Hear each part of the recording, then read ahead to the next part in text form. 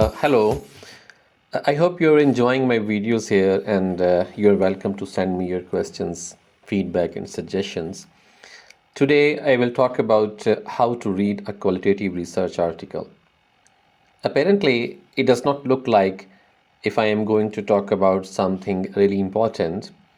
However, fact is, qualitative research requires depth, whether you are describing, interpreting, writing, or even reading a piece of qualitative research. If someone will ask you what is qualitative research, the most common answer will be a research article based on qualitative research design. And that includes, of course, qualitative data collection methods, and qualitative analysis. And if you are new to qualitative research, then I suggest before reading a qualitative research article, you must have some knowledge and preferably practical knowledge about qualitative research. I will recommend you to watch the relevant videos on my channel before proceeding further with this presentation. Okay, let us begin now with the basic structure of a qualitative research article. Whenever you get access to a research article, the first thing you must note down is the article's publication information, and that is used to cite the article whenever you want it, and it provides its reference. It includes author or author's full name, year of the publication, complete title of the article, including the subtitles, if there is any, full name of the journal, and of course you will not use the abbreviations, so full name of the journal, and then volume number, issue number, and the page numbers of the articles. After noting the publication information, you will be able to understand how old the study is, in which journal it is published. It will also give you an idea about what type of journal is this, and the very first introduction of the study in the form of a title of the study. For example, in this presentation, I am going to read an article with the title Migrant Smuggling, Reasons for Fleeing, and Uses of Asylum Capital Among Afghan Asylum Seekers in Sweden. The author name is Admir Skudo. The article was published in Nibada, an interdisciplinary journal of Middle East Studies, and it was published in 2018. And I could not find the volume number or issue number, but it has page numbers, for example, 1 to 11. Now, let us read the title of the study. Generally, we read the title and quickly jump to read the abstract of the study.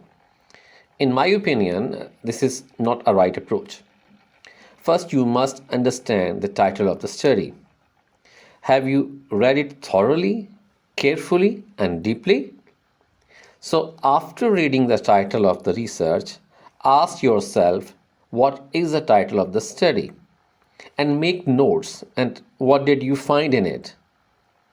Also, write any possible questions that may come to your mind immediately after reading the title.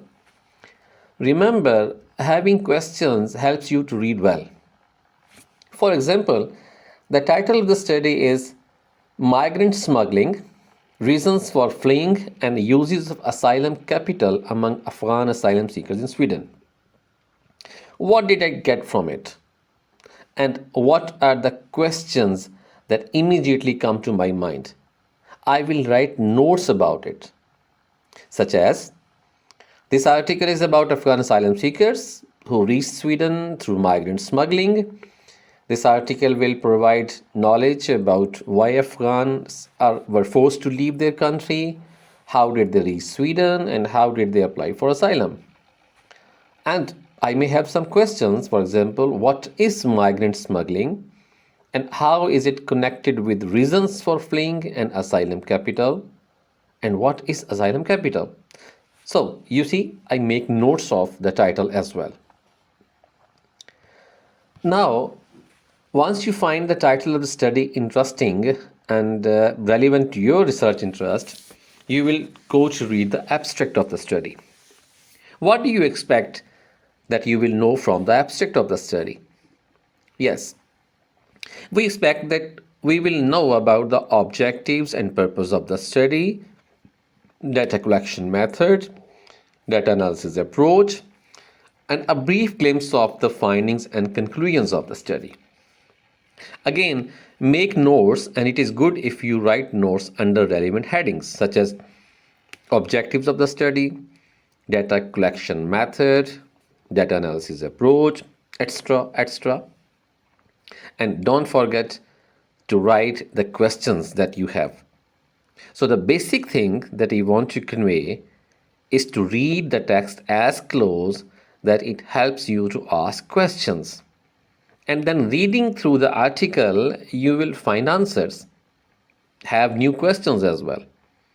And then at the end, you will have notes with descriptions, answered and unanswered questions, etc. etc.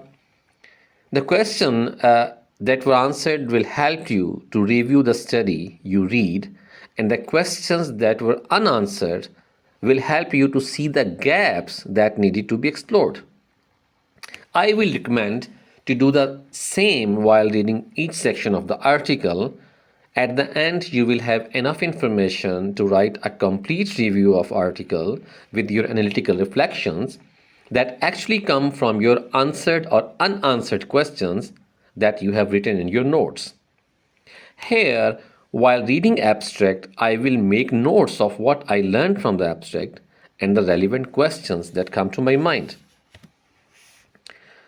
For example, here while reading abstract, I will make notes of what I learned from the abstract and the relevant questions that come to my mind. So here is the abstract of the study. In 2015, Afghans were the second largest group of asylum seekers in Sweden and Europe. In this article, this is what author is saying in the abstract. I analyzed interviews conducted in early 2017 in Sakania County with 6 adult male Afghan asylum seekers, an executive officer at a Swedish migration agency, the head of a private asylum seeker camp, and a voluntary worker. I show how the asylum seekers made their way to Sweden not so much through a premeditated choice, but by the combined effect of a worsened security situation in Afghanistan since the 2014 withdrawal of foreign troops and increasingly harsh measures against Afghans in Iran and Pakistan. And the migrant smuggling industry. Drawing on Pierre Bourdieu's social theory, I then focus on practices surrounding the interviewed Afghan in the time encompassing their arrival, asylum application, and waiting for a decision in a privacy-run asylum seeker camp. I introduce the concept of asylum capital as a mean to spell out the opportunities and constraints for being granted asylum in Sweden as an Afghan. So this was the abstract of the study that I am giving here as an example. So while reading, I highlighted the words and the text that I found important, such as dates, places, information about sample, data collection method, conceptual framework, and important findings. Now, I will write notes about the abstract as you see here. I have arranged my notes on abstract in headings such as sample and method, analytical lens, knowledge, asylum capital, etc. etc. And then I also added my question. For example, what is migrant smuggling? How is it connected with reasons for fleeing an asylum capital? And what is asylum capital? So these were some questions that again come to my mind while reading the abstract. So it means I could not find the answers of these questions right now.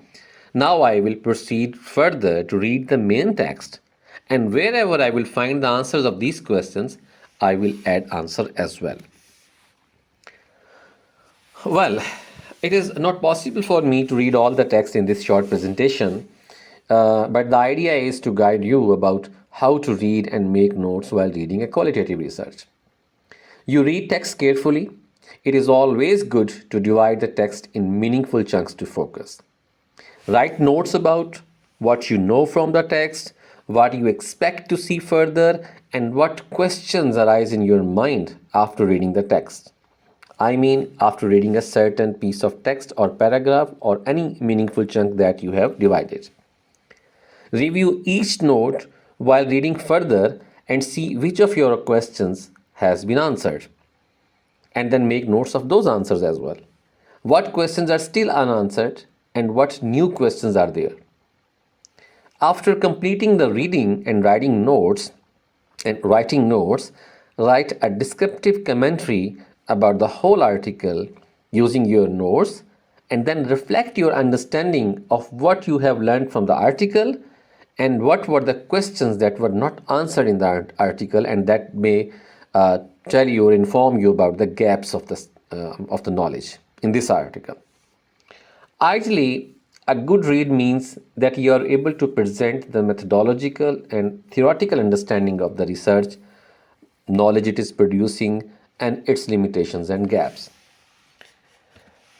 Well, after reading introduction section of the article, I will make notes, and here I am sharing only the notes to give an idea. So, this is not exactly you should do with every article. It depends on the introduction and the literature review presented in that article. The article I am presenting here as an example, it does not have a literature review, but everything was comprehensively told in the introduction section. So from the introduction section, I was able to write these notes that you are seeing, you are watching at the screen now. So you see, I was able to write about the dimensions, reasons, and arguments that author used to introduce and rationalize the study. And of course, I have a list of questions that come to my mind while reading the section, such as what is meant by asylumhood in this specific context? What do the author mean by the perspective from below and from above, and why it was necessary to gain both perspectives? Why the author is giving these arguments in the beginning of the study, and how do these arguments relate to the relevant findings of the study, and several other questions. If you are having questions, it means you are exploring well. Exploring well about the article. So be brave to ask questions. It is always helpful to ground your reading and reflections deep in the text. Then look for method section. In the method section, you can make notes about research design, participant information, data correction methods, data analysis, the process of analysis, the validation process, the ethical considerations, and you can also write questions about something. For example, if you have not found anything. For example, you can see the process of data analysis is there, but the author is not informing about the validation of the responses or validation of the findings. You can write a question about it. So it is better if you make headings of all of these, though it is not necessary that you will find all the information in the article. So idea is to write as much as possible about the method of the study. Of course, you can reflect on method section. If you think that some information was necessary to provide but author did not provide, write it. And maybe you will get answer to some questions by reading all the article. Otherwise, you will have a good insight about writing method section of the article. Now, while I have already told you how to read the text and make notes, I will add here how I used to read findings. It is not necessary that you will follow this, but however, you may find it useful. I make notes about findings of the study in an Excel file. In first column, I write findings. I mean one at a time, and it is just like a theme or short, precise description. In second column, I write description. I mean what it actually means. And in third column, it is my reflection or my questions about that description, that finding. Similarly, on another Excel sheet in the same Excel file, I make two columns for discussion. One column is for discussion points that I will get from the discussion section of the article, and second column is about my own reflections and questions about the discussion points. So as I continue answering the questions, as soon as I get answers to those questions throughout the reading, uh, I will write it there as well. In a way, I continue reading while reading my own notes back and forth. In this way, I make notes of all the findings and discussion, and I am able to see what and how in connection with why of the study. If you are able to see what and how in the findings, you will find more about why in the discussion section. And then it will be easy for you to make connections. Anyhow, they are always related, interconnected, interdependent, so they are never out of context. So to say, findings are descriptive and interpretive, and discussion connects these two theoretically. I mean, discussion is about connecting your description and your interpretation in a theoretical way. In this example slide, well, this is not a full text, it is just a slide or just a screenshot. You see that I have, while writing about writing comments or notes about the finding section, I have these columns in my Excel file. First one is findings, so just a precise word or phrase for the finding, one finding at a time, and then its short description, then my notes about it, that what is this about, and then I have some questions about this finding. I have written it there, and then if I found the answers of the questions, I will write answers in another column, and in the last column that I say as comments, I will write some comments about the questions whose answers I could not find in the finding section. Um, I think you should give it a try, and then you will find out how it works. I will suggest that before doing a literature review or literature reading, if you can go through these videos on my channel, it will be quite helpful to understand several things that I have talked about in these presentations. For example, just watch the video about what is qualitative research, what is the difference between qualitative and quantitative research, how to do a literature review, how to write the rationale of the study, and how to write a research question. Okay, bye for now. Stay safe and stay focused. Thank you.